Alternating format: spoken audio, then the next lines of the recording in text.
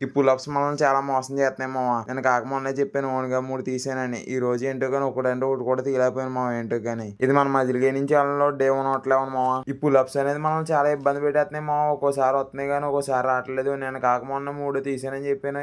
ఈ రోజు ఏంటో గాని ఒకటంటే ఒకటి కూడా తీయలేకపోయాను. ఎందుకు తీయలేకపోయానని బాగా ఆలోచిస్తే నాకు ఒకటి అర్థమైంది మామ.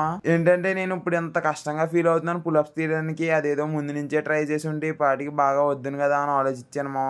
సర్లే ఇప్పటి నుంచి అయినా కొంచెం ప్రాపర్‌గా చేద్దాం. ఇప్పటి నుంచి అయినా కొంచెం కొంచెం నేర్చుకుందాం కదా అని స్టార్ట్ చేస్తే ఇది ఒకసారి వచ్చినట్టు ఉంటుంది. ఒకసారి రావట్లేదు మామ ఏంటో గాని. ఏమో మామ ఇంకెన్ని సార్లు మోసం చేస్తదో చూడాలి మరి మనల్ని ఈ పులప్స్ అనేది. కాకపోతే నేనైతే ఏం చేద్దాం అనుకుంటున్నానంటే ఇక్కడ నుంచి కొన్ని హోల్స్ ఉంటాయి మామ. ఆ హోల్స్ కూడా ప్రాక్టీస్ అవుదాం అనుకుంటున్నాను పులప్స్ తీయడానికి. ఇది అంత ఈజీగా ఒక రోజులో 2 రోజుల్లో వచ్చేవి కాదు మామ. ఏదైనా సరే కొంచెం డే బై డే ఇంప్రూవ్ చేసుకుంటూనే వెళ్ళాలి. మనం ఎంత కంగారు పడి కొలిది మనం ఇంకా వెనక్కి వెళ్తామో తప్పించి ఎదరికి మామ.